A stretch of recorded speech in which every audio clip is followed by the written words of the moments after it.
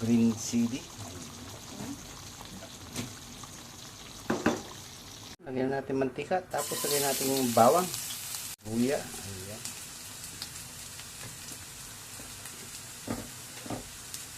Tapos yung sibuyas.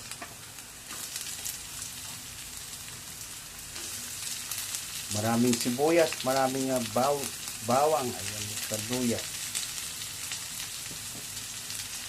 Ayan, ilagyan ko ng bagong alamang. Ayan. Isa na rin saglit.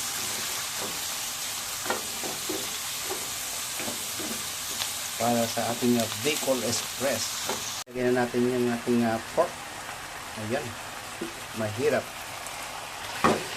Ayan. Igisa natin saglit. Igisa na. Mamaya, pag kulang yung alat, dadagdagan natin ng bagoong. Lagyan natin ng laurel. Lagyan natin ng sili konti. Ayan. Igisa natin saglit. Ayaw kasi may batang kakain, kaya less chili muna. Lagyan natin ng konting paminta. Dahil may paminta na kanina.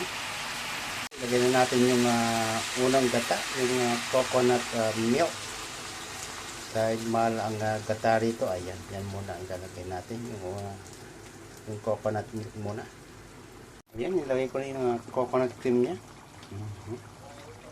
Late na pag-press ng video niya. Ayan. Patutuin natin sa plate ng green chili.